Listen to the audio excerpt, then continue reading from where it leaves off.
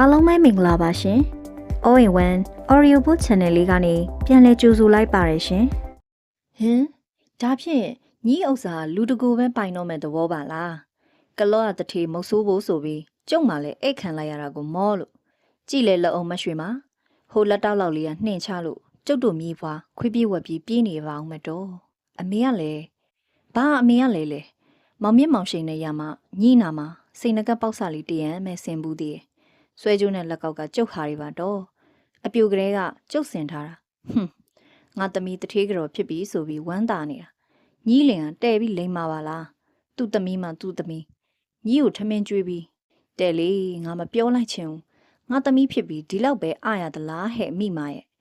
အလွန်ယုံရင်ချမ်းတမ်းတိမ်ဖြင်းသေးနှုတ်သောစကားများကိုပြောတတ်လေရှိသောအဖွားကြီးပါလားဘလောက်ပဲဖြစ်ဖြစ်ဘယ်တော့အခါမှမပြေနိုင်သော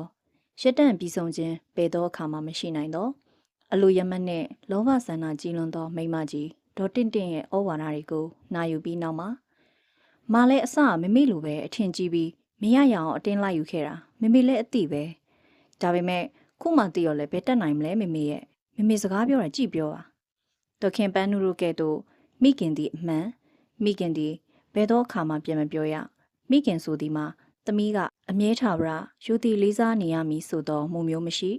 မိခင်ကလည်းပြောချင်ရပြောသမီးကလည်းကက်ကက်လန်ပြန်ရန်တွေ့ကျင်တွေးဆိုတဲ့မှုနဲ့ဖွဲ့စည်းထားတဲ့အောက်တန်းစားမိသားစုပင်သည်ဒီမှာမိမှာပြောအတွင်းပစ္စည်းတွေတော့ရှိမှာပဲအလိမ္မာသုံးပြီးမေးကြည့်ပါလားအမေပြောရအောင်နောက်ကျနေသေးတယ်မေးပြီးသူ့ရင်မိမရဲ့ပစ္စည်းတွေအကြောင်းမမေးပါနဲ့တော့တဲ့သူထက်ရှာပြီးပြန်ဆင်ပါမယ်တဲ့အဲ့ဒါညီကိုနှစ်သိမ့်တာအကောင့်မှတ်မနေနဲ့အမေကလည်းသူ့မှာဘာတွေဘလောက်ရှိမှန်းမသိတာမပဲအပြစ်လိုက်တင်နေတယ်လူစိုးတွေနဲ့ပေါင်းပြီးတပြားတိုက်ယူရမှာလားအေးတိုက်တင်လဲတိုက်ရမှာပဲအတာနေစမ်းမှာမမေစကားပြောလိုက်ရင်အရန်ကြီးပဲညီအလုံးလို့ဝင်ပြောနေရတာယူထားတာပဲ4-5-6လရှိပြီညီမှာခုထိဟောင်းလောင်းအနုနီအကျန်းနီလဲသလိုသုံးပြီးတော့တောင်းထားပါတော့လားမရလို့ပေါ့မေမေရဲ့ဒီမှာကိုမောင်လောက်ခွင့်ရှိတာကားတွေနဲ့ကားရတဲ့ဝင်ငွေပဲရှိတယ်ဒီတိုက်ကြီးရောရာမြေတွေရောအားလုံးနိုးပဲပိုင်တယ်ဘာမှထိလို့မရတာလဲတေးကြတယ်ကိုမောင်ကသူ့သမီးပစ္စည်းတွေကိုထိချင်ပုံမရဘူးဒီကောင်မလေးတေမှပဲကိုမောင်ပြန်ရမယ်ကိုမောင်ရမှပဲမဆန်စားရမယ်ကဲရှင်းပြီလားအေးရှင်းပြီငါမီးလေးနေအပေါ်မမရရင်ဆက်ဆံပြီးကျုပ်တို့တားမိပေါ်လဲနည်းနည်းမှကျေနပ်ပုံမရတဲ့ဟာမလေးသူ့ထိန်တော်ချီတော်တွေကလည်းတဲတဲကိုလှုပ်နေရပဲမြင်ရတာတောက်မြင့်ကစရာကောင်းလိုက်တာဒီတိုင်းဆိုဒီကောင်မလေးတေမအေးမှာပဲငါတော့မတက်ရဲဘူးသူ့အမေနဲ့သူ့အကိုလိုဥပစေဒကန်နဲ့သူ့ဟာသူတေသွားလဲကောင်းသားပဲနုဒီဗီယိုတွေကအယုတ်ကလေးငါထုတ်ပြပါလားနင်းကလည်းကစီးနေလိုက်တာနင့်မှာရုပ်တွေကိုဗီယိုနဲ့တလုံးအဲ့ဒါငါရုပ်တွေနင့်ကိုဘာလို့ပေးရမှာလဲသွားစမှာဟာစာကြည့်ကန်ထဲမှာတီးတန့်မှန်ဗီယိုနဲ့နုရဲ့အယုတ်တွေကအပြည့်နုဟာအယုတ်ကလေးတွေကိုထုတ်၍ကလေးလောက်ပြီးတိတ်တန်းကစားလေးရှိတယ်ညင်သာအေးချမ်းစွာနေတတ်သောဆောင်းနှင်းဖြူနဲ့ဆန့်ကျင်စွာနေဆက်ကြကမြောက်ကဲ့သို့ဆိုရဲကိုလက်အငိမ်မနေုံမကနှုတ်ကပါပြောလွယ်ဆိုလဲနင့်ကိုညကြရင်တရေကြီးလက်အေးနဲ့လာဆွဲလိုက်မယ်တိလားနုအဲ့လိုအပြောမျိုးနဲ့လဲဖျဲချောက်တတ်တယ်ရဲ့ညကြရင်စုံမကောင်းပြက်ကြီးတွေကမီးတဝင်းဝင်းနဲ့ရှောက်သွားနေကြတာသူ့ဖွားရဲ့တန်ဖိုးမဲ့ပုံမြင်များတွေကအကြောင်းအရာတွေကိုလည်းပြောပြတတ်သေးရဲ့ဖွားဖွားတော်စောမျက်နှာနာရှိစဉ်ကကြားခဲ့ရတဲ့ပုံမြင်တွေဟာအတူယူစရာအားကျစရာလိုက်နာစရာများဖြစ်ခဲ့တော့လဲနေဆက်ကြရဲ့အဖွားဒေါ်တင့်တင့်ရဲ့ပုံမြင်များကတော့အောက်တန်းကျစွာစုပ်ပြန့်နေတယ်ကလေးတယောက်အတွက်ထိတ်လန့်ချောက်ချားစရာကလွဲ၍ဘာမှအနှစ်သာရမရှိဒေါ်တင့်တင့်လိုအဖွားကြီးရဲ့လက်ပေါ်မှာကြီးရတဲ့နေဆက်ကြကအမြဲတမ်းအစိုးမြင်ဝါဒနဲ့ဘာဘဟုတုတမှရှိမနေပေဒီလိုကောင်လေးမျိုးနဲ့စောင်းနှင်းဖြူအဖက်လှုပ်၍စကားပြောမနေခြင်းသူ့ကိုမြင်ရလေတိုင်းစောင်းနှင်းဖြူရဲ့အဖြူရောင်စိတ်ထားလေးဟာညှဉ်းနှမ်း၍သွားမြဲဖြစ်တယ်နုဒီရုပ်ကြီးကအကြီးကြီးပဲနော်ဘလောက်ပေးရလဲမသိဘူးကောင်းကောင်းပြောပါဟာငါမှမသိတာနင့်ကိုဘသူဝယ်ပေးရလဲမေနင့်အမေကတည်သွားပြီငါအမေကိုပဲအမေတော်လိုက်ပေါ့ဟာနင်သွားပါငါနာမှာနင်ဆက်နေငါတေးမှာပဲသိလားတေးတော့မတေးလိုက်ပါနဲ့အောင်ဟာသွားဆိုလဲသွားပါမယ်နေဆိုတဲ့နေဆက်ကြကနာခံဟန်မျိုးနဲ့ပြော၍အခန်းပြင်ကိုထွက်လာတော့လဲသူတကယ်အပြင်သို့မရောက် ခန်းစည်းနောက်မှာကိုကွယ်ပြီးနုဘာလုံးမှလဲဆိုတဲ့စိတ်နဲ့ချောင်းကြည့်နေတာကိုဖြင့်စောင်းနှင်းဖြူလေးမသိရှာကိုနဲ့မဆိုင်တဲ့ကိစ္စကိုချောင်းကြည့်ခြင်းညာပြောခြင်းဆက်စုခြင်းဝင်ရှုပ်ခြင်းစသည်များကိုသူ့ဖွားဖွားဒေါ်တင်းတင်းထံမှနေအမွေရခဲ့တယ်စောင်းနှင်းဖြူဟာဘီယိုနိုက်တက်ဆင်ထားတဲ့မှန်ကလစ်လေးကိုလှည့်ဖွင့်ပြီးစောစောကနေမေးတဲ့သူ့ရဲ့အချစ်ဆုံးအယုတ်ကြီးကိုထုတ်လိုက်တယ်တာချီလိတ်ကတဆင်ဝင်လာတဲ့ထိုင်းနိုင်ငံလုံးအယုတ်အကြီးကြီးကိုမေမေကိုယ်တိုင်တောင်ကြီးကနေဝယ်လာပေးခြင်းဖြစ်ပါတယ်။ရွှေရောင်စပင်နဲ့ဘိုးမယုတ်ကြီးမှဝစ်ဆင်ထားတဲ့ပန်းရောင်စာပွင့်ကောင်လေးကိုမေမေကိုယ်တိုင်ချုပ်ပြီးဝစ်ဆင်ပေးထားတဲ့ဒီအယုတ်ကြီးကိုစောင်းနှင်းဖြူသိချစ်လာပါတယ်။တနှစ်သမီးအရွယ်ကလေးငယ်လေးတစ်ယောက်လောက်ရှိသောဤအယုတ်ကြီးကိုစောင်းနှင်းဖြူအမြဲချီပိုးချော့သိမ့်နေကြ။အယုတ်ကိုအောက်သို့ပက်လက်လန်၍ချလိုက်တာနဲ့ပိတ်ထားတဲ့မျက်လုံးကပွင့်လာပြီးဥဝဲလူအော်ငူတန်နေအဆက်မပြတ်ထွက်လာတတ်သဖြင့်အေးညီမလေးရဲ့မငိုပါနဲ့မမချီထားပါမယ်နော်ပြန်ယူချီရန်ထောင်လိုက်တာနဲ့မျက်လုံးလေးပိတ်ပြီးအတန်မှတိတ်သွားတော့တယ်ဤရုပ်ကထောင်ထားလျင်ကော့ဆင်းသောမျက်တောင်လေးများပိတ်ကငြိမ်သက်သွားတယ်ပက်လက်လန်ချလိုက်တာနဲ့မျက်လုံးကပွင့်ပြီးငိုတန်ကထွက်လာတော့တယ်ဘက်ထရီထည့်ထားတဲ့ဤရုပ်ကြီးကိုစောင်းနှင်းဖြူကချလိုက်ပြန်ချီ၍ချော်လိုက်လုံနေတာကိုနေဆက်ကြကအာရပါရချောင်းကြည့်နေတော့တယ်အဲ့ဒီညနေပိုင်းမှာပဲနေဆက်ကြဟာစာကြည့်ကန်တွင်ဝင်ကစောင်းနှင်းဖြူဖွင့်တယ်လို့မှန်ပီယိုကိုဖွင့်ပြီးအယုတ်ကြီးကိုထုတ်ယူလိုက်တယ်ဒီမျက်စိပွင့်လို့အော်တာမျက်စိထဲမှာဘာရှိလဲမသိဘူးဆိုတဲ့အတွေးနဲ့အသိယူလာတဲ့ဓာတ်အုပ်ချွန်နဲ့ဘိုးမယုတ်ကြီးရဲ့မျက်လုံးကိုဖောက်ထုတ်ကော်ယူလိုက်တယ်အဝဲဝဲဆိုတော့အတန်ကထွက်လာတဲ့အတွက်နောက်တစ်လုံးကိုအမြန်ဖောက်ထုတ်လိုက်တော့မှအယုတ်ကငြိမ်ကျသွားတယ်အယုတ်ရဲ့ခေါင်းကစပင်နုရွှေဝိုင်အောင်လေးများကိုလည်းအားနဲ့ဆွဲဆုပ်နှုတ်ယူလိုက်တဲ့အတွက်အုံလိုက်ကျွတ်ပါလာတယ်စောင်းနှင်းဖြူဟာသူ့ခန်းထဲကနေ၍သူ့အယုတ်ရဲ့ငိုတန်တက်တဲ့ကိုကြားလိုက်ရတဲ့အတွက်စာကြည့်ကန်းတွင်းကိုပြေးဝင်လာတဲ့အခါသူ့ရဲ့ချစ်လာစွာသောအယုတ်ကြီးဟာစပင်းတွေကျွတ်ပြီးကရုံးပြောင်နေပြီးတော့သူ့ရဲ့အချစ်ဆုံးမျက်လုံးနှလုံးကဟောက်ပတ်ဟာငါအယုတ်စောင်းနှင်းဖြူဟာသူ့ရဲ့မျက်လုံးကိုဖောက်ထုတ်ခြင်းခံရတဲ့ကဲ့သို့နာကျင်ကြေကွဲစွာနဲ့ပြေးဝင်လာပြီးအယုတ်ကြီးကိုပထမကောက်ရဖတ်တယ်ပြီးတော့မှလွတ်ချကနင်ဘာလို့လုပ်ရလဲဘာလို့လုပ်ရလဲဆောင်းနှင်းဖြူလေးပြေးဝင်လာတော့နေဆက်ကြကထားပြေးတယ်ဆောင်းနှင်းဖြူအတင်းပြေးလိုက်ပြီးဒေါသနဲ့ခုံအုပ်ကဖက်လုံးတယ်နင့်မျက်လုံးငါပြန်ဖောက်မယ်နင့်မျက်လုံးငါပြန်ဖောက်မယ်နေဆက်ကြရဲ့မျက်နှာကိုလက်နဲ့ကုပ်ချစ်ပြီးအော်ပြောတယ်နေဆက်ကြကရုန်းကန်လိုက်ချိန်မှာသူ့လက်ကထားကဆောင်းနှင်းဖြူရဲ့လက်ဝါးဆောင်ကိုလိမိပြီးသွေးတွေဖြာထွက်လာတယ်အာကလေးနှစ်ယောက်ဖတ်သက်လုံးထွေအော်ဟစ်ငိုယိုနေရကိုလူများထက်အရင်ဦးစွာရောက်ရှိလာသူကဂျက်စမင်ဆိုတော့နုရဲ့အချစ်တော်ခွေးလေးဒီတခါဂျက်စမင်ကလုံးဝမဟောင်းတော့ပဲလှမ်းခုန်ပြီးနေဆက်ကြရဲ့မျက်နှာကိုကိုက်ထဲလိုက်တယ်အာတေးပါပြီမမေဒေါ်တင်ဒေါခင်မမမင်းနဲ့မတ်တင်လာမတ်အရှာပြီးတို့အပြေးလွှားရောက်ရှိလာချိန်မှာနေဆက်ကြရဲ့မျက်နှာမှာခွေးကိုက်ရာကြောင့်သွေးတွေစီးလျက်စောင်းနှင်းဖြူရဲ့လက်မှာဓာထိရာကြောင့်သွေးတွေဖြားလျက်အမလီတော်ငါမီးလေးခွေးကိုက်ခံရတယ်ဟမ်ဒီတောက်ခွေးကဲဟဲ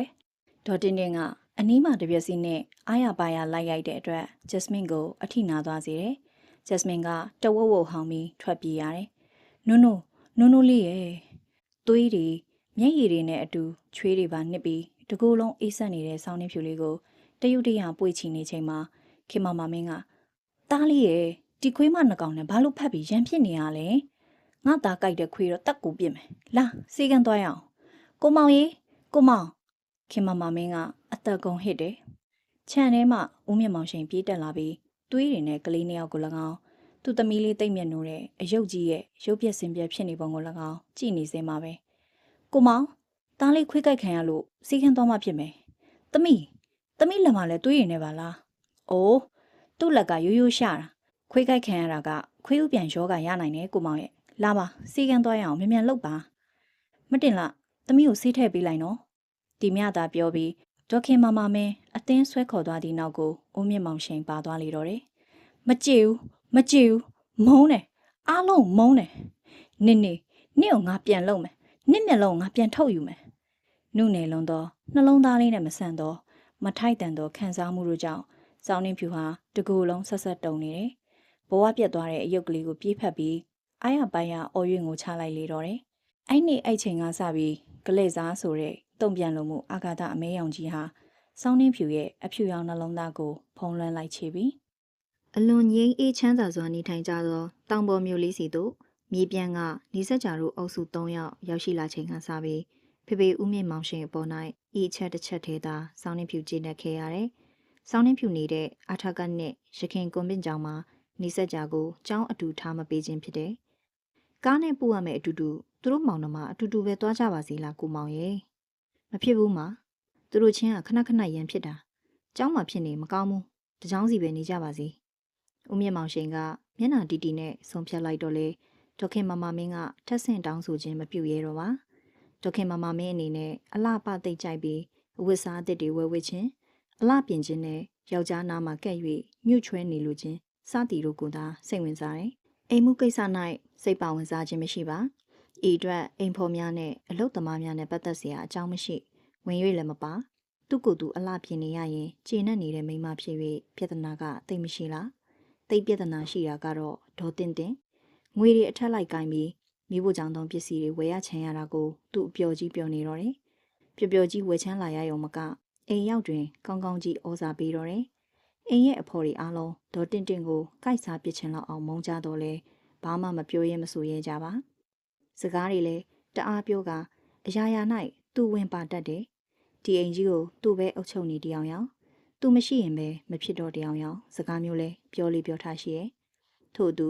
နေဆက်ကြကိုလည်းတဲ့အိမ်လုံးကအော်ကြော်လန်လက်လေးအငိမ့်မနေခြေလေးအငိမ့်မနေလှစ်ကနေပြေးလိုက်ဝုန်းတိုင်းကျအောင်ဆော်လိုက်လို့တဲ့အတွက်အိမ်ရပစ္စည်းတွေပျက်စီးပေါင်းလဲများပြီ။ဆောင်းနေဖြူဟာဒီ3ယောက်လုံးကိုကြား3ကောင်မွေ3ကောင်တီကောင်3ကောင်ကဲ့သို့ကြောက်ရွံ့ရွံ့ရှာတဲ့အတွက်သူတို့နဲ့အသက်နိုင်ဆုံးခင်းအောင်နေပါတယ်။ဖေဖေဦးမြင့်မောင်ရှင်ကလည်းအဝေးပြေးကားတွေကိုကြီးကြပ်ရအောင်ပန်းနဲ့ဟဲဟူပန်းမှာရာရွက်ပစ္စည်းတွေကိုတွားရောက်ကြည့်ရှုသိမ်းဆည်းရတဲ့အပြင်အလွန်လန်းကြိုက်တဲ့အလွန်ကားစီးခြင်းနဲ့သူ့ဇနီးခင်မမမင်းကိုကားတစ်စီးနဲ့လိုက်ပို့ပေးနေရတဲ့အတွက်အိမ်မှာနေရတဲ့ကိုမရှိယနေ့မနက်မှာတော့ဦးမြင့်မောင်ရှင်ဘဲမှမသွားသေးတဲ့အတွက်ဖေဖေသမီးကြောင်းသွားတော့မယ်နော်။အော်အေးသမီးလေးထမင်းဘူးပါပြီလား။ဟုတ်ကဲ့ကော်ဖီရောအဆုံးပါပါတယ်ဖေဖေမမတင်လာအားလုံးလုပ်ပေးပါတယ်။မဟုတ်ဘူးရောရှိပါတယ်ဖေဖေသမီးသွားတော့မယ်နော်။အေးသမီးလေးကျောင်းစိမ့်ထမိန်အင်ကြီးဖြူလက်ရှည်လေးနဲ့ထွားလာတော့သမီးလေးကိုတစိမ့်စိမ့်ကြည့်ရင်သမီးလူလာရှိရင်ပြောနော်သမီးလေးဒီလိုမေးတော့မှဝမ်းနေလာကခေါင်းသာခါပြမိတယ်နှုတ်ကမဖြေနိုင်သမီးလူတာအရင်လိုစောင်းရတွေမှာဖေဖေရင်ခွင်နဲ့အိတ်ချင်တယ်ပန်းချန်ထဲမှာဖေဖေနဲ့တူတူကစားချင်တယ်ဖေဖေနဲ့2ယောက်တည်းအတူတူထမင်းစားချင်တယ်ဆိုတော့စောင်းနှင်းဖြူရဲ့ဆန္ဒတွေကိုဖေဖေသိပေးပါဆိုပြီးဖခင်ရဲ့မျက်နှာကိုမော့ကြည့်ရင်ရှင်တွင်ကဆန္ဒတွေကိုသာနှလုံးသားတွင်မှာမြုပ်ထားလိုက်ရလေတော့တယ်ကျွန်တော်လည်းနုံနုကားနဲ့လိုက်တော့မယ်ဦးလေးနေဆက်ကြကလှေကားထိတ်ကနေလွှာကနေခုန်ချလာပြီးပြောနေတဲ့အတွက်နေနေကကုတ်ကားနဲ့ကိုသွားလေမမေယူသွားတာခုထိပြန်မလာသေးဘူးဦးလေးရဲ့နုံနုသူနဲ့တူတူမသွားချင်ဘူးဖေဖေနေနေကခဏဆောင်လိုက်ပါလားတာရဲ့တော့ကြမပြန်လာတော့မှာပဲကျောင်းချိန်ကနီးနေပြီဦးလေးကငါလိုက်ခဲ့မယ်နော်နုံနုနေဆက်ကြကအကြောက်တရားမရှိယူတည်မှုမရှိတဲ့ကောင်လေးမို့ဦးမြင့်မောင်ရှင်ကိုရဲရဲဝံ့ဝံ့ပြောရင်းနုံနုထံမှာပါခွင့်တောင်းတယ်ဟင်းနင်ငါနဲ့မလိုက်ခဲ့နဲ့နိုင်ကြည့်ကျောင်းချိန်ကကတ်နေပြီကျွန်တော်လိုက်သွားမယ်နော်ဦးလေးကဲ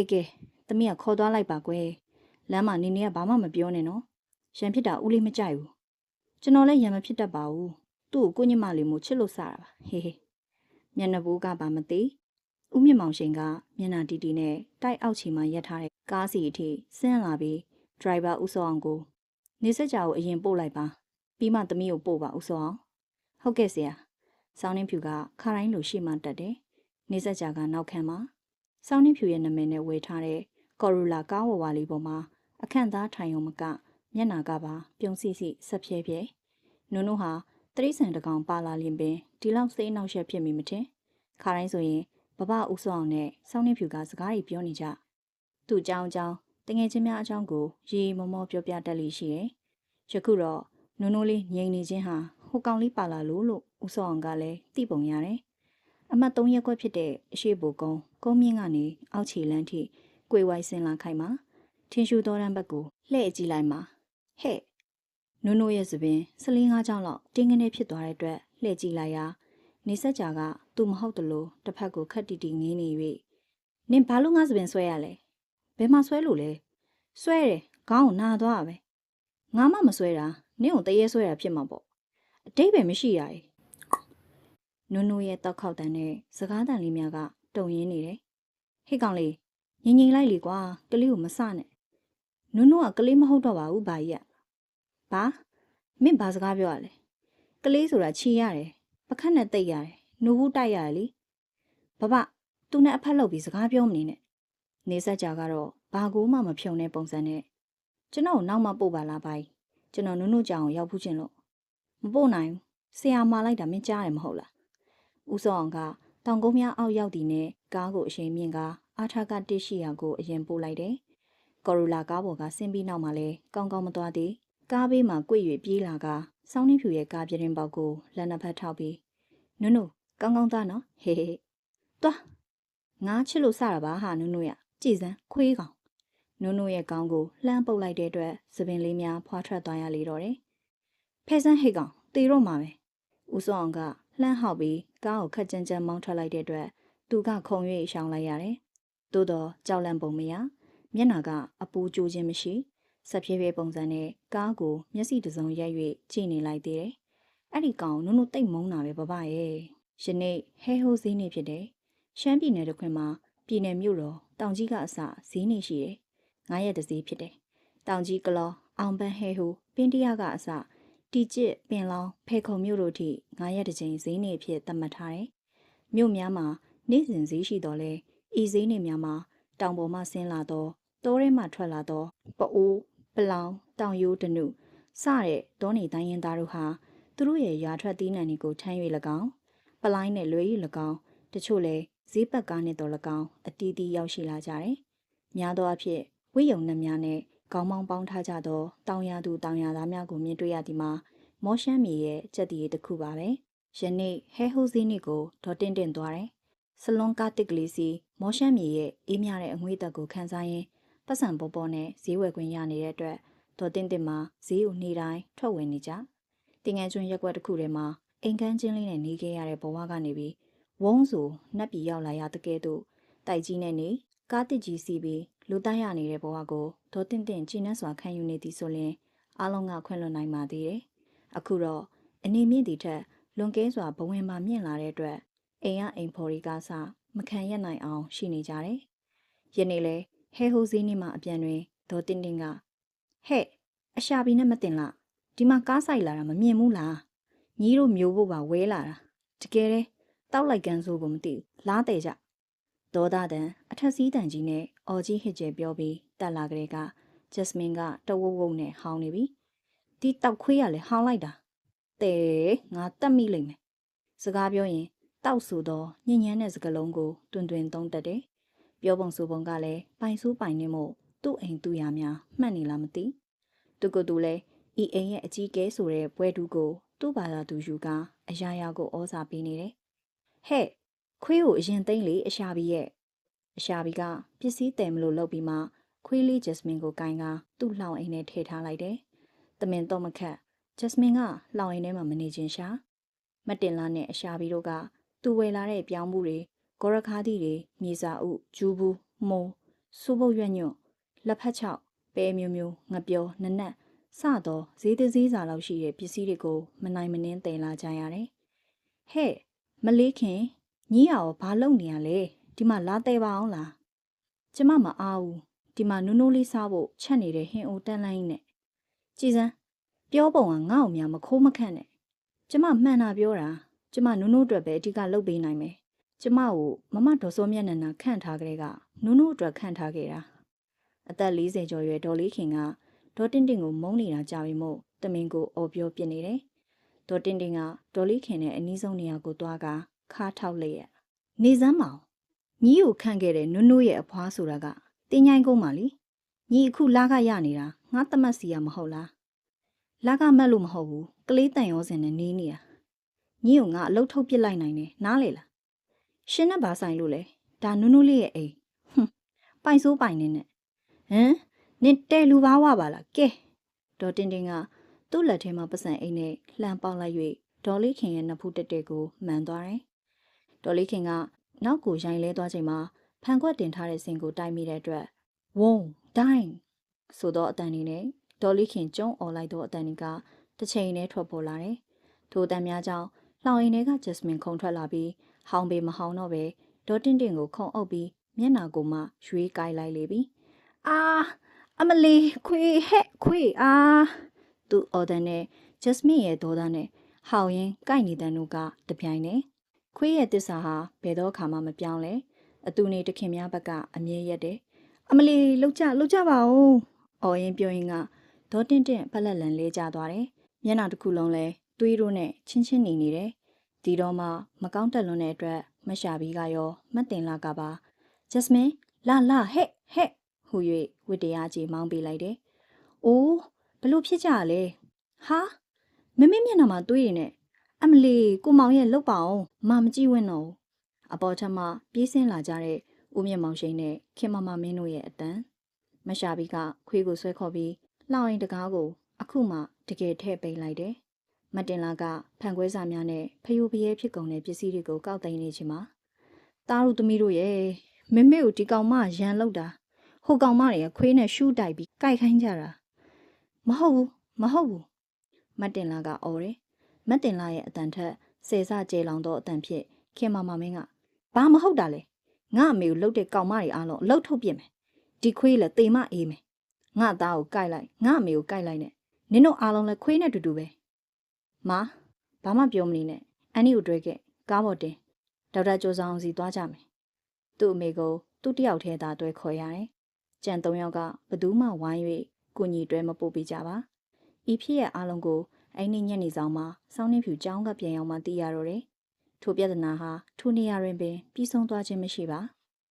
ဒုတိယနေ့မှာဒေါ်လေးခင်ကို3လစာငွေပေးပြီးဖေဖေကိုယ်တိုင်အလုပ်ထုတ်လိုက်ကြောင်းစောင်းနှင်းဖြူသိရတယ်လူမန်းတိသက်ဆအရွယ်ကလေးကတန်ရုံးစင်တွေ့ခဲ့ရတဲ့ဒေါ်လေးခင်နုံနိုးလေးအတွက်လို့ဆိုကနေ့စဉ်နဲ့မျှစောင်းနှင်းဖြူကြိုက်တတ်တဲ့အစားအစာတွေကိုချက်ပြုတ်ကျွေးမွေးတတ်တဲ့ဒေါ်လေးခင်အလုပ်ထွက်သွားပြီဘာထူးတက်မျိုးကသူ့သားတက်ကြက်ကြီးစီသွားနေပြီဆိုတဲ့သတင်းကိုသာကြားလိုက်ရတယ်နုံနိုးလေးငိုနေမှာဆိုလို့နှုတ်မဆက်တော့ဘူးဆိုပြီးငိုပြီးပြန်သွားရှာသည်ဆိုတော့ဒေါ်လေးခင်ချင်းလာစွာသောဒေါ်လေးခင်အတွက်လွမ်းစွကြေကွဲစာငိုရှိုက်နေမိသောစောင်းနှင်းဖြူရဲ့မျက်ရည်စက်ကလေးများမခန်းချောင်းမီပြစ်စမမြောင်းနေမှာသမီးစိတ်မကောင်းမဖြစ်နဲ့နော်ဖေဖေတရိတ်ဆန်ကူစီအောင်ဝင်ခေါ်ပြပါသေးရဲ့ရှမ်းဂျက်စမင်ဘာဖြစ်လို့လဲဂျက်စမင်တည်သွားပြီသမီးဟာပိုင်ဆိုင်သမျှရတနာအားလုံးရုတ်တရက်ကြီးဆုံးရှုံးလိုက်ရသလိုစောင်းနှင်းဖြူရဲ့ရင်နဲ့မဆန့်အောင်နာကျင်စွာလှိုက်လေးလေးကြီးခံစားလိုက်ရတော့တယ်ဂျက်စမင်ဆိုတာကနုံဆိုတဲ့စောင်းနှင်းဖြူလေးရဲ့အချစ်ရဆုံးအတွေ့အတာရဆုံးသောခွေးကလေးနုံကသာချစ်သည်မဟုတ်သေးဂျက်စမင်ကလည်းနုံအတွက်ဆိုရင်သူ့အသက်အသေးခံပြီးရှေ့မှရက်ပြီးမဲ့တစ္ဆာရှင်ခွေးမလေးဂျက်စမင်ကိုဖတ်ပြီးအတူအိတ်ဆက်ရတဲ့ညတွေကမရေမတွက်နိုင်ခဲ့ဂျက်စမင်ဟာအထီးကျန်နုံအတွက်တော့အကောင်းဆုံးသောအဖော်မတစ္ဆာရှိဆုံးသောမိတ်ဆွေဂျက်စမင်ရဲ့နှင်ပါကြောင့်တည်ရလဲငါတယောက်တည်းဘလို့လုပ်နေရမှာလဲဟဲ့ဂျက်စမင်လေးရဲ့ဂျက်စမင်တည်ဆုံးခြင်းကိစ္စနဲ့ဂျက်စမင်တည်ဆုံးရခြင်းအကြောင်းရင်းကိုချက်ချင်းလိုပင်မရှာပြီးထက်မှစောင်းနှင်းဖြူတီးခွင့်ရခဲ့တယ်။အားလုံးကအုပ်ဆိုင်ပိတ်ဆို့ထားကြတော့လဲမရှာပြီးကနုံဘက်ကလူဂျက်စမင်ချစ်သူများထဲမှာသူလေးတယောက်အပါဝင်လေ။နေဆက်ကြောင်ကိုယ်တိုင်ခွေးလင်းနဲ့တုတ်တင်တဲ့အစိတ်တွေကိုရအောင်ရှာဖွေဝယ်ယူလာပြီးနောက်မှာဒေါ်တင်ကသူကိုယ်တိုင်ဒီခွေးကိုတတ်မယ်ဆိုပြီးအမဲသားဟင်းနဲ့ထည့်ကြွေလို့တီးရတာဦးလေးရှင်ကဂျက်စမင်အမြုပ်တွေတစီစီထွက်ပြီးစန့်ငင်ဖြစ်နေလို့တရိတ်ဆန်ဆရာဝန်ကိုဖုံးဆက်ခေါ်ပြတော့အစိတ်မိလို့တီးတာတဲ့ဦးလေးနဲ့လည်းစကားများကြတယ်ဟိုသားမိအမိကုန်နေကြရလေဦးလေးကဂျက်စမင်ကိုမြင်မြုပ်သမီးเจ้าကပြန်လာရင်ဂျက်စမင်တီးသွားပြီလို့ပဲငါပြောမယ်ဆရာဝန်ပြောသွားတဲ့အတိုင်းအစိတ်မိလို့တီးတယ်လို့နုံကိုပြန်ပြောရင်နင့်ကိုတတ်မယ်နော်အရှာပြီးမတင်လာလဲကြားလားလို့ချိန်ထားတာအရှာပြီးကိုလှုပ်ထုံထုတ်ပါစေနုံရဂျက်စမင်လေးကိုတနာလုံးလို့နုံအမှန်တိုင်းသိအောင်အရှာပြီးကပြောပြတာဆောင်းနှင်းဖြူဟာမရှာပြီးကိုဘာစကားတခွန်းမှပြန်၍မပြောနိုင်နှမျောတတလွမ်းဆွရတဲ့ကြီးကွဲစိတ်နာမုန်းတီးလွန်းရတဲ့ဒေါသစိတ်တို့နဲ့အတူဂျက်စမင်လေးမချိမဆန့်ခံစားသွားရရှာမိအဖြစ်တေးတင်ထား၍တေးရတာမဟုတ်ပဲအစိတ်ခတ်တက်လို့တေးဆုံးသွားရရှာ၍ဖြစ်မှဖြစ်ရလေခြင်းဆိုတဲ့ယူကျုံမယစိတ်တို့က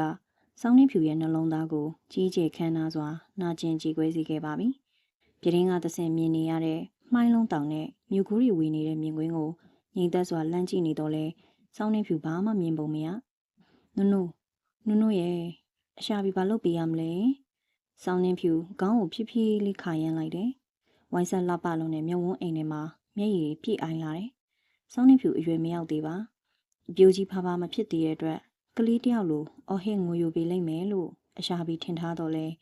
နုနုခံစားနေရပုံကကလေးတယောက်နဲ့မတူလူကြီးတယောက်ကဲ့သို့ဝေဒနာရင်ကိုပိတ်ဆို့ထားပုံကမြင်ရက်စရာမရှိသူ့အတန်ထွက်မှာကိုစိုးရင်တလို့အောက်နှခမ်းကိုသွားနဲ့ဖိကိုက်လိုက်ချိန်မှာမြုံဝန်းအိမ်ကမျက်ရည်တွေတွေ့တန်းတွန်ကြလာတော့တယ်ခွေးကိုက်ရအမရွတ်တွေနဲ့ဒေါ်တင်တင်ရဲ့မျက်နှာဟာပို၍ယုံရင်ကြမ်းတမ်းနေတော့တယ်အဖွားကြီးတပတ်လောက်ဖျားပြီးအိပ်ရတဲ့လဲနေချိန်မှာသူတို့မိသားစုအနေနဲ့အလွန်အဖိုးအနှက်ကထိုက်တန်တဲ့အတွေးတစ်အမြင်တစ်တရက်ကိုဒေါ်တင်တင်ရရှိလာတော့တယ်။ဆောင်းနေဖြူတို့သားအဖားနဲ့ဒေါ်တင်တင်တို့မိသားစု၃ယောက်မှာချိန်ခွင်ခွက်နှစ်ခုပေါ်မှာတစ်ဖက်စီထိုင်နေရတဲ့ကဲ့သို့ရှိချေတယ်။ဒေါ်တင်တင်တို့၃ယောက်ဘက်ကိုအလေးချိန်တာသွားလေဆောင်းနေဖြူတို့ဘက်ကအလေးချိန်ရောကြသွားလေဖြစ်ရမယ်။မမေမအောင်ပြောစရာရှိရဲ့ဆို။အေးဒေါ်တင်တင်ပြုံးပုံကကြောက်စရာကောင်းလောက်အောင်ထက်မြက်နေတယ်။နေနေနဲ့နုနုတို့ကြောင်းပြန်လာကြရလား။မမေကလည်းကိုမီးပဲကိုမေးရောပေါ့ဟိုဟာမလေးမြန်ထဲ့မေးနေရသေးအလကားဂျိုးကောင်းမလေးမိမအမိုက်မနုနုဆိုတာတို့အတွက်ဂျိုးကောင်းမမဟုတ်ဘူးဟဲ့ပရိသာပင်ဟဲ့ပရိသာပင်မမေခွေးယူပြန်နေရတော့မဟုတ်ပါဘူးနော်မအေးကိုဒီလိုပဲပြောရသလားဟဲ့မိမအမိုက်မရဲ့မမေပြောလိုက်ရင်ဒါမျိုးကြီးပဲမိခင်နဲ့စကားပြောလေတိုင်းရိုးရိုးကြိုးကြိုးမရှိခံပတ်ခံပြောတတ်တဲ့ငယ်စဉ်ကလေးကအကျင့်ကဖြောင်မရဒီမှာဒေါ်တင်တင်ကသူ့သမီးရဲ့လက်မောင်းကိုခက်ကြမ်းကြမ်းဆွဲလှဲလိုက်ပြီးငါအကျဉ်ရပြီတိတ်ကောင်းတဲ့အကျဉ်ရပြီဘာလဲညီးယူတဲ့မြင့်မောင်ရှင်ကဒီတိုက်ကြီးပေါ်က driver အဆင့်လောက်ပဲရှိတာတကယ်ချမ်းသာတာကနုနုဆိုတဲ့မိဖုရားမလေးဒါကမာနဲ့မရခင်ကလေးကသူ့အဖွာလွှဲပေးသွားတာလေဘာတက်နိုင်မှာလဲအဲ့ဒီဟာမလေးရဲ့ချမ်းသာကြွယ်ဝမှုတွေကနေသလားဒီတိုက်နဲ့ခြံကြီးရဲ့ကားရဲ့10စီးလောက်ရှိတာအောင်ပန်းပင်းတရလက်မှာရာမီဧကတွေကသိပါတယ်အဲ့ဒါတွေအေးဒါပေမဲ့ညီးမသိသေးတာရှိသေးရဲ့လေဘာလဲအတွင်းပစ္စည်းဘလို့လို့သိမှာလဲငါလိုက်မေးပြီးစုံစမ်းပြီးဒေါ်စောမျက်နှာနာဆိုတာစိန်တွေမှဖိတ်ဖိတ်တောက်အောင်ဝစ်ခဲ့တာတဲ့နုနုဘိုလဲမိုးကုတ်တက်ပြီးပရမ ्या တွေစိတ်ကြိုက်ရွေးပြီးမှဒဇင်စာလုတ်ပေးထားတာတဲ့ရွှေတွေကတော့ချိန်ခွင်နဲ့ချိန်ရမတက်တဲ့အဲ့ဒါတွေမမေကိုဘာသူပြောလဲဒီလိုပဲစုံစမ်းတာပေါ့ငါနေတိုင်းနီးနီးလမ်းထွက်နေရပဲပြီးတော့ဒီငါဟာတွေကတိတ်အားကြတာဒီလိုပဲအိတ်အောင်မေးတာပေါ့ဟဲ့ကဲထားပါဒီကောင်မလေးပိုင်တာတွေမတို့မှမဆိုင်တာပဲနင်ကအတုံးမဆိုတော့ဒီလိုပဲတွေးမှာပဲငါက80ကဂျင်းချေလေခဲ့တဲ့မိန်းမဆိုတော့ဒီလိုမတွေးဘူးဘလို့တွေးလဲပြောစမ်းမမြင်မြင်ဒီမှာမျက်နှာပေါင်းတင်မလို့အေးတူတူပြောရရင်နုံနုပိုင်တဲ့ပစ္စည်းတွေငါတို့လက်ထဲရောက်လာစေရမယ်မသဘောပေါက်ပြီဂျစမင်းကိုတတ်လိုက်သလိုနုံနုကိုတတ်နိုင်ရင်နုံနုပစ္စည်းတွေကိုမောင်မဲရမယ်ကိုမောင်ရရင်မဆက်ရမယ်ဒီလိုမဟုတ်လားကိုမောင်ကိုပါဆက်တက်ပြစ်ဖို့ရောမိမိမှာစိတ်ကူးရှိသေးလားမိမနစ်ကိုနေလဲလာပြီးထင်းနေတဲ့အမိုက်မရဲ့ဒါကြောင့်လဲတန်းနိုင်ကနင့်ကိုပြစ်သွားတာကိုတန်းနိုင်ဆိုတဲ့နေဆက်ကြရဲ့ဖခင်ဟာသူတို့တံမခံနိုင်၍ပြက်ဆွဲကွဲကွာပြီးနောက်အိမ်တောင်နဲ့နိုင်ငံသားကိုထွက်သွားခဲ့လေတယ်ဒီဟာကိုရည်ရွယ်၍ပြောလိုက်ခြင်းဖြစ်တဲ့အတွက်မိမိနော်မောင်ကိုဒေါရဖြစ်အောင်မလုပ်နဲ့ဒေါရဖြစ်တော့ညီကငါ့ကိုတတ်ချင်သေးလို့လားဟမ်မိမိကလူတတ်ချင်နေတာတူတူပြောစမ်းငါအစီအစဉ်ကိုပြောမလို့ဟာလူရင်းကိုမရောက်တော့မိမိဘာသာရှောက်ဝေ့နေပြီးတော့ကဲပြောပါမြင်မြင်နုံနုကိုနီနီနဲ့ပေးစားလိုက်ရင်ပွဲသိမ့်ပြီပွဲပြီးပြီအားလုံးပိုင်ပြီနားလေလားဟာရွှေချထားဖို့ကောင်းတော့အောင်ကြီးကျယ်မြင့်မြတ်လာတဲ့အကြံစီကြီးပါလားခေမမမင်းရဲ့မျက်နှာဝင်းလက်ကြည်လင်သွားကကြည်စမ်းဒီလိုတစ်ခါမှကိုမတွေးမိဘူးဒီလိုကြရလဲတို့မေမေကတော်နေပြန်ရောခွေးမအကြံကောင်းရင်တစ်ချက်လို့ဒါကြောင့်ပညာရှိကြီးကပြောခဲ့တာပေါ့နော်မေမေအေးပေါ့နေပါဦးမာတို့ကပေးစားချင်တိုင်းနုံနုအောင်လက်ခံပါမလားခုမှ9တန်းပဲရှိကြသေးတာ9တန်းလောက်ဆိုပေးစားလို့ရပါပြီအေးကြီးတာကတားလေးနေနေကိုအချိုးပြင်ခိုင်းရမယ်ဘယ်ချိုးကိုဘလို့ပြင်ရမှာလဲ तू ကနုံနုကိုတွေ့ရင်တားဆတာလေဟိုကမျက်ရည်မကြကြအောင်လှုပ်တတ်တာမဟုတ်လားဟုတ်ပါအေးနေနေကိုဖွင့်ပြောရမယ်နုံနုကအပြိုဖြစ်ရင်တိတ်လှမှာညီးတာကြိုက်မှာပဲနေနေကတော့ကြိုက်မှာပေါ့နုံနုကကြိုက်ဖို့သာအရေးကြီးတာဒါကြောင့်ပြောတာပေါ့ခုကလေးကအချိုးကိုပြင် အနေထိုင်ဆင်ခြင်းမခံချင်အောင်မစနဲ့သူမကြိုက်တာမလုပ်နဲ့အလိုက်ထိုင်နေပါလို့တင်ထားရမယ်နူးနူးဟာလူကပျော်ပြောင်းနူးညံ့ပေမဲ့စိတ်ကတော့တော်လေးတင်းမာတယ်မေဖြစ်ပါမလားအခုအပြိုပေါက်စာလေးရှိသေးတာနေနေရတာကျင်ကျင်နာနာဖေးဖေးမမလုပ်ပြရင်နင်းနေကိုသူခင်လာမှာပါတအိမ်နဲ့အတူနေကြရတော့ခင်ရကနေကျင်နာသွားဖို့မခက်ပါဘူးမိန်းကလေးဆိုတာညွတ်လဲသိမ့်လွယ်ပါတယ်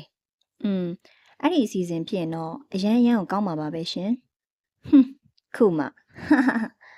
တိတ်လဲဟားမနေနဲ့အရေးကြီးဆုံးကဒီကိစ္စကိုမျက်မှောင်ချိန်မသိဖို့ပဲဟုတ်တယ်သူကသူ့သမီးလေးကိုတိတ်ချစ်တာ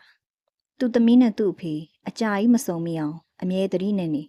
အကြောင်းတစ်ခုခုပြပြီးခွဲထုတ်ကိုယ့်ယောက်ျားကိုပိုင်အောင်လှုပ်ဆိုတာတွေသိပါတယ်မိတင်ထားတဲ့အတိုင်းအားလုံးလုပ်တာပဲဟောပြောလိုက်ရင်တော့ချွန်းလို့တခါတလေညီးနဲ့ကြုံနေရချင်းတော့လဲပစ်လိုက်ခြင်းနဲ့သိလာမိမှာကိုမအောင်တော့ချမ်းသာပေးပါမေရဲ့မိမာနော်သွေးစကားမပြောနဲ့ကဲပါဒါရီထားစမ်းပါကိုမောင်ပြန်မလာခင်မျက်နှာပေါင်းတင်မလို့ပါဆိုမှဒါဖြင့်လည်းပြီးရောမပြီးပါဘူးမေရ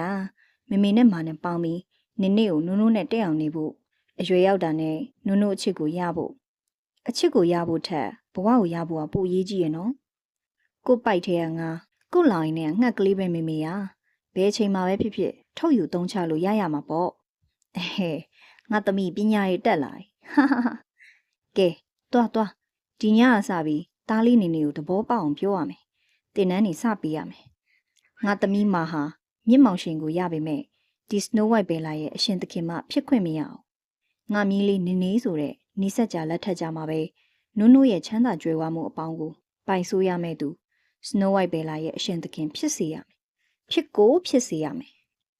ထိုနေ့ကတတော်လုံးမှုံ၍တရောင်လုံးမှိုင်းနေတဲ့နေမမြင်တဲ့နေမိုးဖွားလေးတွေအဆက်မပြတ်ခက်စိတ်ရွာနေတယ်လေပြင်းတိုက်ကမိုးဒီမိုးပွင့်များချွေချွရွာသွန်းနေပုံမျိုးမဟုတ်၍ပန်းပွင့်ကြီးငယ်တို့ဟာလည်းမိုးမုံဆက်တွေကိုကြည်နူးချမ်းမြေ့စွာခံယူတောက်သုံးနေသလိုအပွင့်တိုင်းကောင်းကင်ဘက်ကိုမျက်နှာမူထားကြတယ်ညွတ်ကိုင်းငိုက်ဆင်းနေခြင်းမရှိ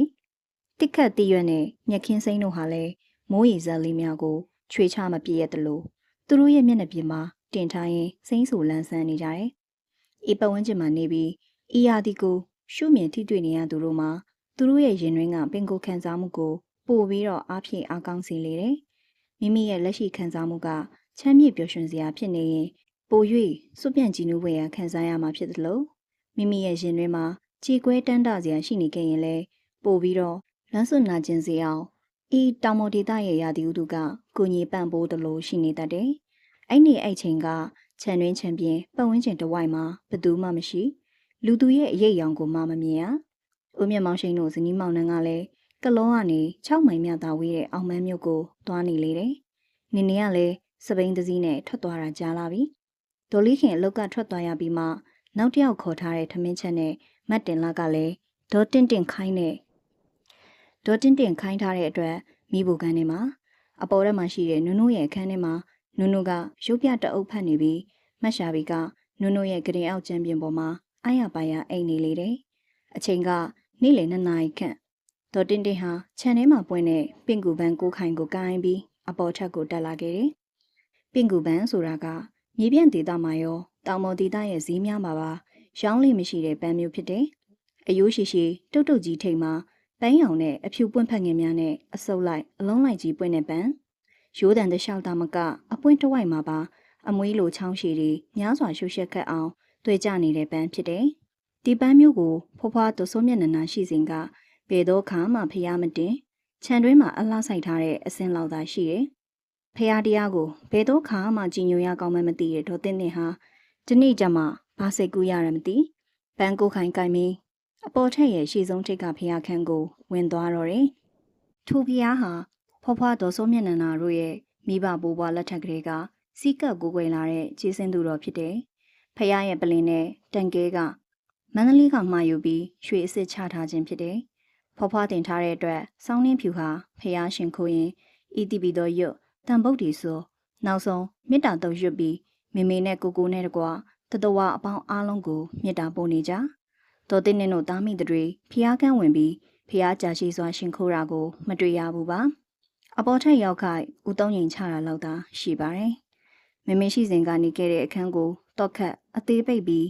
မြောက်ဘက်တောင်ဆုံးခန်းမှာဖေဖေနဲ့ဒေါခင်မမမင်းတို့အိတ်ကြတယ်။ဆောင်းနှင်းဖြူကတောင်ဘက်ဆုံးခန်းမှာရခင်အတိုင်းနေတယ်။အခန်းချင်းကဝေးကွာလာတာပေါ့။အောက်ထပ်မှာတော့ဒေါ်တင့်တင့်နဲ့နေဆက်ကြတို့နေကြတယ်။သူအပေါ်ထပ်ကိုတက်ခဲတယ်။ဒီနေ့မှဘာစိတ်ကူးပေါက်ပြီးဖျားပန်းနေပါလေလဲမလို့ပါလေ။သူ့ရဲ့နောက်မှာဆောင်းနှင်းဖြူရှိနေတာကိုသူလုံးဝမသိ။ဖျားခန့်ရဲ့ဘေးမှာလေသာဆောင်ဝရဏာရှိတယ်။အဲ့ဒီကမိုးပတ်ထားတဲ့အတွက်ဝေယနာရောကျမ်းပြင်မှာချောနေတယ်။ဒေါ်တင်တင်ဟာအသက်60ကျော်ပြီဖြစ်တော့လဲဖြိုးဖြိုးဖြက်ဖြက်ရှိသေးပင်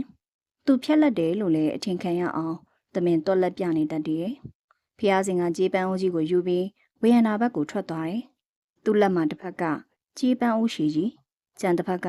ပင့်ကူပန်းရှုပ်ရှုပ်ထွေးထွေးလက်ရစုပ်ကြီးကင်လျက်ဝေယနာဘက်ကိုထွက်သွားတယ်။သူကအရက်ရှိတဲ့အတွက်ဝေယနာကသူ့ခါထီမရောက်စီးခုံတဲတဲလောက်မှကန့်လန့်ခံနေတယ်။ဒေါ်တင်တင်ဟာမအားတဲ့လက်နှစ်ဖက်နဲ့အောက်ကိုငုံကြည့်လိုက်ပြီးကြေးပန်းအိုးရှိတဲ့ကရေနဲ့ပန်းတွေကိုမှောက်၍သွန်ပစ်နေတယ်။သစ္စာပန်းတွေအကျက်ထိုးထားတဲ့အတွက်ပန်းတွေကကြက်ပြီးတော်တော်နဲ့ထွက်ကြမလား။ "तू ကအားဆိုင်၍အောက်ကိုငုံကြည့်ရင်ကြေးပန်းအိုးကိုခါ၍ချနေစေမှာဒေါ်တင်တင်ကိုယ်တိုင်လည်းမမျော်လင့်ဘသူမှလည်းမျော်လင့်မထားတဲ့ကံကြမ္မာဆိုးဟာစက္ကန့်ပိုင်းတွင်လျှက်တစ်ပြက်အတွင်းမှာပင်ဆိုးဆိုးဝါးဝါရရက်ဆက်ဆက်ကြီးကြားရောက်လာတော့တယ်။ဝေယနာတန်ချောင်းများကြားမှာဒေါ်တင်တင်ရဲ့မျက်နှာကိုဇောက်ထိုးကြီးမြင်လိုက်ရပုံမှာမျက်လုံးကြီးနှလုံးကျွတ်ထွက်လာတော့မလို့ပြူးပြူးကြီးကပါဇက်ကြီးပြောင်းပြန်ဖွင့်ဟလျက်စူးစူးဝါးဝါအတန်နဲ့ကြီးနဲ့အာတေးအံမူမူကာလာတေးချင်းတရားနဲ့ရင်ဆိုင်ရတော့မယ့်ဆဲဆဲအချိန်မှာလူသားတယောက်ရဲ့အကြောက်လန့်ဆုံးခြောက်ခြားဆုံးသောမျက်နှာဇောက်ထိုးကြီးကိုဆောင်းနှင်းဖြူတိတိကျကျကွက်ကွက်ကွင်းကြီးမြင်လိုက်ရပြီးတဲ့နောက်မှာအာဟူသောဆောင်းနှင်းဖြူရဲ့ကျုံအော်တန်နဲ့အတူဒေါ်တင်တင်တယောက်ဝေယနာပေါ်မှဇောက်ထိုးကြီးကျလာပြီးအောက်ခြေမှကြောက်တုံးကြောက်သားမမပေါ်ကိုဦးကောင်းတက်တက်နဲ့တရှိန်ထိုးစောင့်ချလိုက်တယ်လို့ဖြစ်သွားတဲ့အတွက်အုံးဆိုသောပြင်းထန်ပောက်ကွဲတန်ကြီးကတစ်ချိန်နဲ့တပြိုင်နဲ့အာအမလေး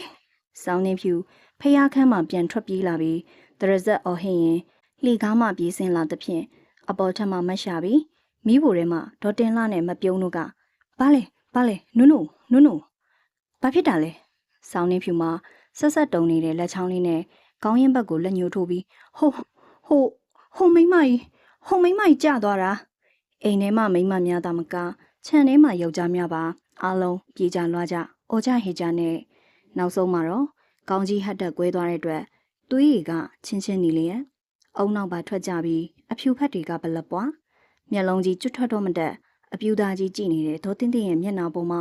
သွေးစည်းကြောင်းနေအုံနောက်ဖက်ဖြူဖြူအီတွေဆွန်းပေးလျက်သူဘာဖြစ်ဆောင်းနှင်းဖြူမှာတဲယူလာကြတဲ့ဒေါ်တင်တင်ရဲ့ကြောက်မခန်းလေးမျက်နှာကြီးကိုလက်ညှိုးထိုးပြီးကြောင်ချောက်ချားဖြစ်နေတဲ့အတွက်မကြည့်နဲ့နုမကြည့်နဲ့လေမရှာဘီကဆောင်းနှင်းဖြူကိုပြေးဖက်ပြီးသူ့ကိုယ်နဲ့꿰ထားလိုက်ရင်ကပြောတယ်။ဦးဝိုင်မောင်မယူခဲနဲ့ဓာယုမယူခဲနဲ့လေစေးရုံပို့စေးကုမတ်တင်လာကလည်းချောက်ချားနဲ့အော်တယ်။သေးနေပြီဟာဟမ်အားလုံးရုပ်တဲဖြစ်နေချိန်မှာဆောင်းနှင်းဖြူဟာတေဆုံးခါနီးဆဲဆဲကာလာကဒေါ်တင်တင်ရဲ့မျက်နှာနဲ့တေဆုံးပြီးစဒေါ်တင်တင်ရဲ့မျက်နှာကြီးကိုမြင်လိုက်ရတဲ့အတွက်အကြောက်တလန့်ကြီးကြောက်လန့်ကချွေးစည်းတွေပြန်နှက်ခမ်းတွေဖြူရော်သွားရမှာတကူလုံးဆက်သုံးလာပြီးနောက်မှာမတ်တင်လာရဲ့ရင်ခွင်ထဲကိုပျော့ခွေမိလဲကျသွားတော့တယ်။နုအမလေးခေါ်လို့မရတော့ဘူး။ဦးဝိုင်မောင်တို့ဒူရကြီးတို့လာကြပါအောင်လှုပ်ကြပါအောင်။အားလုံးနုထံကိုပြေးလာကြချိန်မှာမရှာဘီကဆရာဝန်ကိုဖုန်းဆက်ခေါ်ပါနုပဲကြည့်ကြပါ။ဟိုမိမယူထားလိုက်သိပါစေ။သိရကောင်းတယ်။ Jasmine ကိုသူတတ်တာ။သူလည်းပြန်သိပြီးဝမ်းသာတယ်။ဟဲ့အရှာဘီအရေးထဲမှာဟဲ့နင်ရလေ။ဆောင်းနှင်းဖြူကိုအပေါ်ပွေတင်ကြတက်ဆိုင်ရာကိုအကြောင်းကြားဦးမြင့်မောင်ရှိန်တို့ကိုအခေါ်လွတ်ဆရာဝန်ကိုတွားပင့်လာပြီးသည့်ထိဆောင်းနှင်းဖြူလေးသတိမရသေးရှာဘဝရဲ့လှပတင့်တဲ့ခြင်းနဲ့ချမ်းသာကြွယ်ဝပြည်စုံပြည့်မြောက်ခြင်းများကိုသာကြုံတွေ့ပိုင်ဆိုင်ရတော့မယ့်အချိန်ကာလရောက်ပြီလို့ခင်မမမင်းကြီးကျယ်ခမ်းနားစွာမျှော်လင့်ထားခဲ့ရမှာမေဆုံးပြီဒေါ်တင့်ဝေယနာမလိမ့်ကြကခေါင်းဟတ်တက်ကွဲ၍မရှုမလှသေးဆုံးပြီဆိုတော့အနိဋ္ဌာယုံအမင်္ဂလာအဖြစ်နဲ့ကြုံတွေ့လိုက်ရတဲ့အတွက်သူမကိုယ်တိုင်6ကဘာတစ်ခုမှလိမ့်ကျသွားရတဲ့ကဲ့သို့ကိုခန္ဓာရောစိတ်ဓာတ်ပါအကြီးအကျယ်ကျဆင်းခဲ့ရလိမ့်ပြီဒီ overrating လေးတစ်ခွက်တော့ဝင်အောင်တောက်လိုက်ပါအောင်မရဲ့နော် ရင်ထဲမှာပြည့်နေပြီးတော့အန်ဂျင်လွန်းလို့ပါမတော့ပြစေနဲ့ကိုမောင်ရဲ့မဟုတ်သေးဘူးမရဲ့ကိုကျမ်းမကြီးကလည်းရှိသေးတယ်မမကျမ်းမခြင်းမပါမမေနဲ့တူတူတည်သွားရင်ကောင်းမယ်ဒီလိုမဟုတ်သေးဘူးလေမလူတယောက်အတွက်တော့အသက်ရှင်နေပေးရအောင်မှာပေါ့ကိုမောင်အတွက်လားမဟုတ်ပါဘူးမကိုမောင်အတွက်မဟုတ်ပါဘူးနင်နေ့အတွက်ပါနင်နေ့အတွက်ဟုတ်တယ်နင်နေတို့အရွယ်ရောက်ကြတော့မယ်ရင်းရင်လွယ်တဲ့အရွယ်မျိုးလေးမှာမိခင်တို့မဟုတ်ဖခင်တယောက်ယောက်ရဲ့အုတ်ထိန်မှုအောင်မှာရှိနေတင်တယ်မမရှိလို့ဖြစ်မလားကိုမောင်နင်နေ့ကိုတာဝန်ယူမပေးနိုင်ဘူးလားယူနိုင်တယ်မကိုယူမဲ့တာဝန်ကအစားရဲ့အဝိရဲ့ပညာသင်ပေးဖို့ရဲ့ဆုံးမလန်းညွန်ဖို့ကြတော့မိရင်ဖရင်နဲ့မှဖြစ်မှာသမီးလေးစနိုးကကိုမောင်စကားပဲနားထောင်မယ်မပြောရင်ကြိုက်ချင်မှကြိုက်မှာဒီလိုပဲနေနေကလည်းကိုမောင်ပထွေးမှုဒီလိုဆူတာလို့သဘောထားနိုင်တယ်ကိုမောင်ပြောရင်တိတ်မကြိုက်ချင်တားကအဖေဖြစ်သွားတဲ့ကလေးဆိုပြီးအလိုလိုက်ထားလို့နှွယ်ဆူးဆူးနေတာပါနေနေကပင်ကိုကလိမ့်မာပါတယ်ကိုမောင်ရဲ့ဒါရီထားလိုက်ပါတော့အရေးကြီးတာမအမြင်ဆုံးကျမ်းမာလာဖို့ပဲအားငယ်တဲ့ကိုမောင်ရဲ့မေမေဟာမတို့သားမိရဲ့ရှေ့ဆောင်လမ်းပြကြီးပါခင်မမမင်းပြောတကယ်တော့ပင်ဒေါ်တင်တင်ဟာသူများထိခိုက်နေနာခြင်းနာပါစီသူမရဲ့သမီးနဲ့မြေကောင်းစားရေးအတွက်အကွက်ဆုံးတောင်းစီအောင်အကြံဉာဏ်တွေပြီးကရှေ့ကရက်တဲ့အဖွားကြီးကလေးတယောက်အမေတခုလက်မသမီးဖြစ်သူခင်မမမင်းကိုဦးမြင့်မောင်ရှိန်နဲ့အမြန်ဆုံးလက်ထပ်စီဖို့ကြံစီကြိုးပမ်းပေးခဲ့တော့ဒေါ်တင်တင်မိခင်ဆိုတာဒီလိုကြီးပဲပေါ့မာရဲ့သူများမိခင်တွေထက်ကိုပိုပြီးမတို့သားမိပေါ်မှာကောင်းခဲ့တဲ့မေမေပါကိုမောင်ရဲ့ဟုတ်ပါတယ်ကွယ်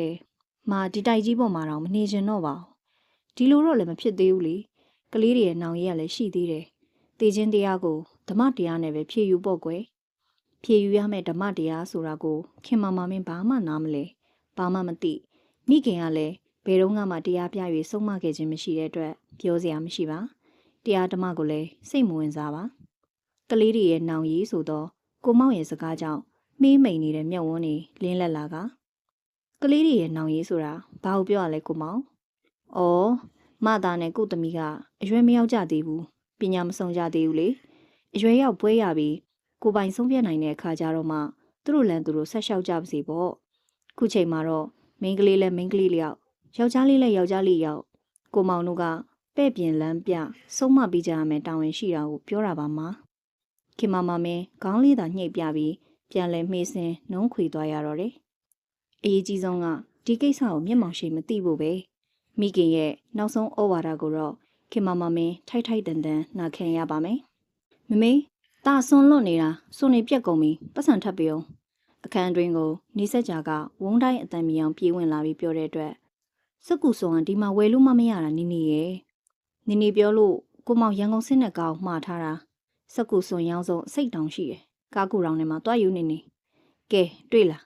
တားဖေဖေကတားကိုဘလောက်အလိုလိုက်လဲကျေးဇူးတင်ပါတယ်ဦးမြင့်မောင်ရှင်ကပြုံးမပြတ်တော့လဲခင်မမမင်းကတားကိုဒေါသမျက်နှာနဲ့လန့်ကြည့်နေတယ်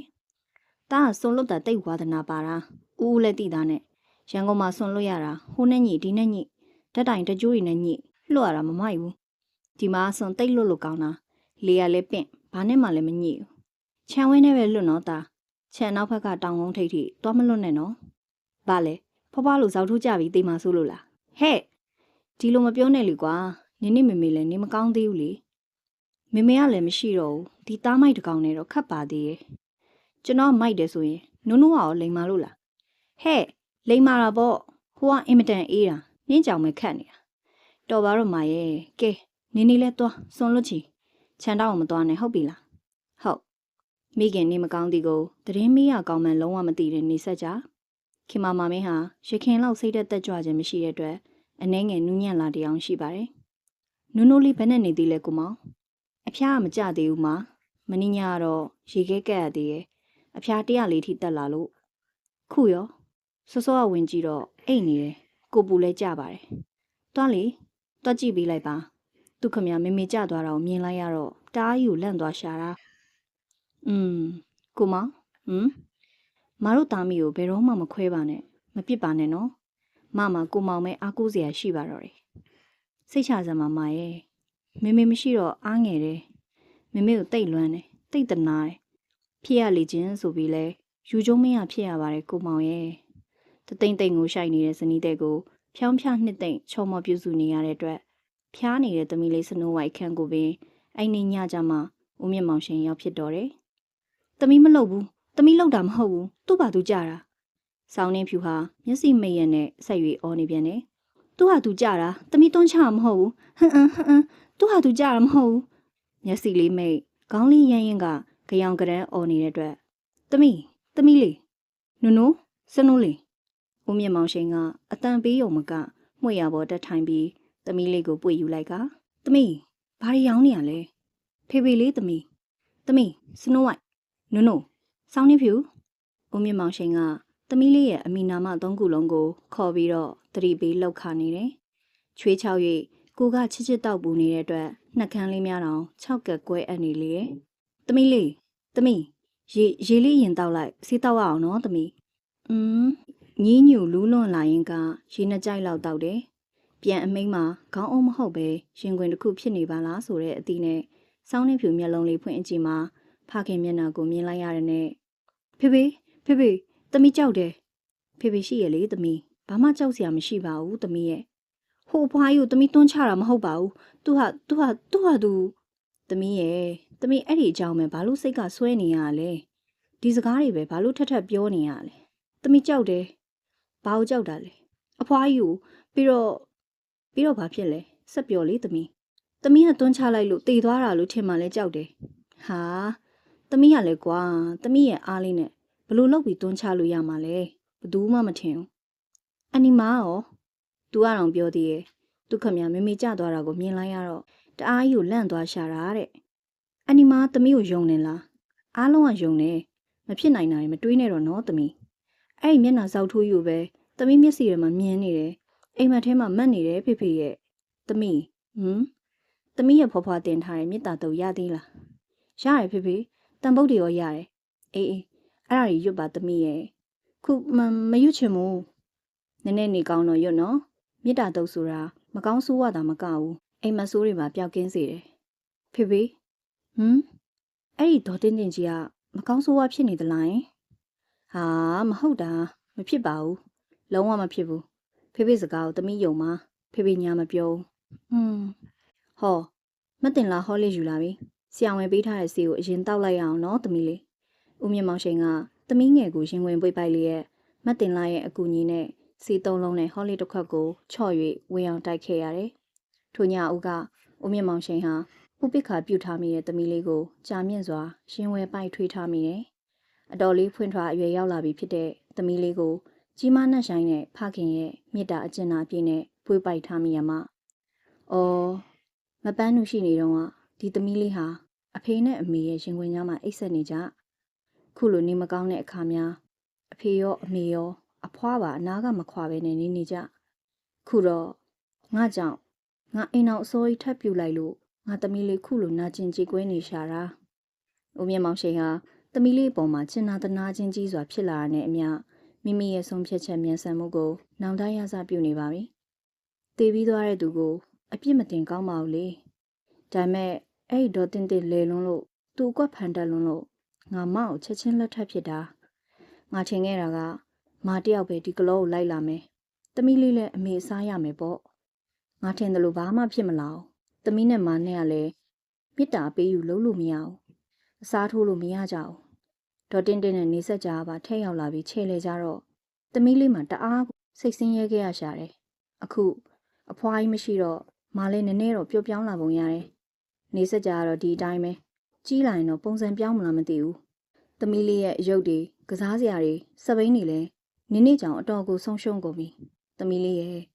ဒေါ်တင်းနဲ့နေဆက်ကြဒီလိုလိုက်လာမယ်မှန်ဖိသိရင်မအောင်လက်မထပ်ပါဘူး။တကယ်ပါ။ခုတော့ဘာမှပြုပြင်လို့မရနိုင်အောင်လွန်မြောက်သွားခဲ့ပြီအဖွားကြီးမရှိတာလေသူ့သားဖအတွက်တနည်းတော့လေကောင်းသွားဘာပဲဖြစ်လေဖေသမီးလေးဒီထက်ပိုကြီးလာပြီစဉ်းစားတွေးခေါ်နိုင်တဲ့အရွယ်ရောက်လာရင်သာဖေကိုနားလည်ပေးနိုင်ပါစေခွင့်လွှတ်ပေးနိုင်ပါစေကွယ်ဦးမြင့်မောင်ရှိန်ဟာဆေးရဲ့အချိန်ကြောင့်သူ့ရင်ခွင်ထဲမှာပြန်လဲအိပ်ပျော်သွားတဲ့အထိပွေးပိုက်ထားမိရမှသမီးရဲ့နှဖူးပြင်လေးမှာချွေးဆူလာတဲ့အတွက်ကိုပူကျသွားပြီဆိုတဲ့အသည့်ကြောင့်သူ့ရင်တွင်မှာအပူပါရှော့ကျသွားတယ်လို့ခံစားလိုက်ရပါတယ်။သူတိတ်ပြီးချစ်ခဲ့တဲ့ဒီသမီးလေးအခုလိုနာမကျန်းဖြစ်နေချိန်မျိုးမှာပင်သူတညတာလုံးသမီးလေးနဲ့အတူအိပ်ဆက်ခွင့်မရ ဘသူကမှမသားမြစ်တော့လဲသဘောထားသေးတိမ်နဲ့ဇနီးတဲ့တီလဲသူမရဲ့မိခင်ဆုံးပြီးကစားမို့သူကအနားမှာအနီးကပ်နေပြီးနှစ်သိမ့်ဖြောင်းဖြပေးရမယ့်အချိန်လीလူသားတယောက်အဖို့တိတက်မှုကြီးမားကျယ်ပြန့်လေမိမိအတွက်အနေကျုံကျင်းမြောင်းချက်တယ်လေအရှာပြီးရောမတ်တင်လာပါသမီးလေးအနားမှာအိတ်ဆက်ကြပါသမီးလေးကိုတိတ်ကယူဆိုင်တဲ့ဒေါ်လေးခင်ကိုလည်းပြန်ခေါ်မယ်ဒေါ်တင်တင်ကြောင့်အလုပ်ထွက်ရတာမို့အခုပြန်ခေါ်လို့ရပါပြီလေသမီးလေးအဖျားပြင်းရင်တခုခုဖြစ်ရင်သူ့အခန်းကိုတကားခောက်၍အမြန်ဆုံးလာနိုးကြဖို့မှာကြရင်ချစ်လာစွာသောသမီးလေးရဲ့အခန်းမှာဦးမြင့်မောင်ရှိန်လေးကန်နေကွေတဲ့ခြေလမ်းများနဲ့ထွက်ခွာခဲ့ရပါတော့တယ်။မိုးလာရာသည့်ကုံဆုံးကာနီတွင်မိုးဆက်လေးများပင်မနှုတ်ဆက်မထွက်ခွာသေးခင်မှာတောင်ပေါ်မြို့ရဲ့တဘာဝအတိုင်းမြူနင်းတို့ကစောစည်းစွာဝင်ရောက်လွှမ်းမိုးလာပြန်တော့တယ်။မြူနင်းတို့တိတ်သီးထူထပ်စွာကြာရောက်တတ်တဲ့စောင်းလေကာလမှာကလောမြို့သူမြို့သားတို့ဟာချစ်စွာသောစောင်းရဲ့နှိပ်စက်ခြင်းကိုဂျင်းနဲ့စွာခံယူရကြပြန်တယ်။အေးအေးဆုံးကာလက90ဒီဂရီဖာရင်ဟိုက်ຫນွေဦးနေဟာနှင်းထုကိုဖြို၍နှင်းဆက်တို့ကိုဘဝပြတ်စေပြီးနောက်ຫນွေလေကာလရောက်သည့်တိုင်ကလောမြို့ရဲ့အပူဆုံးဒီဂရီဟာဖာရင်ဟိုက်84ဒီဂရီသာရှိပါတယ်။မြေပြန့်ဒေသနဲ့အညာမြေမှာအပူဒီဂရီ100ကနေပြီး105 106 108ထိတက်ကဖြက်ဖြက်လူပူအိုက်နေကြချိန်မှာကလောမှာတော့အနှွေးထဲဝစ်နေကြရစေထိုຫນွေလာရာသီများ၌တာနေကိုတစ်နေ့လုံးမြင်ရပြီးနေမင်းရဲ့အလင်းရောင်ကိုတောင်မော်သူတောင်မော်သားတို့ခံစားကြရပေတယ်။ပေသောအခါမှာပြောင်းလဲခြင်းမရှိတဲ့ရာသီစံဝင်းရဲ့တစ္ဆာတရားအရာຫນွေလများကိုဖယ်နေ၍မုတ်တုံမိုးဆက်များဝင်ရောက်လာပြန်တဲ့အခါကလောဟာမိုးမုံမိုးဆက်တီခြုံလန်းထားတဲ့နေမမြင်မြို့အဖြစ်အတစ်တဖန်မွေးဖွားရပြန်တယ်။ဤသို့ဖြင့်300တီစံဝင်းရဲ့တတိယအကြိမ်လဲပတ်ပြီးချိန်မှာနေဆိုတဲ့နေဆက်ကြလဲ10တန်းရောက်ပြီးစနိုးဝိုက်ဆောင်းနှင်းဖြူဆိုတဲ့နုံနုံလေးလဲ10တန်းဖြည့်ရတော့မယ်။ကလေးတို့အရွယ်ရောက်ကြပြီ။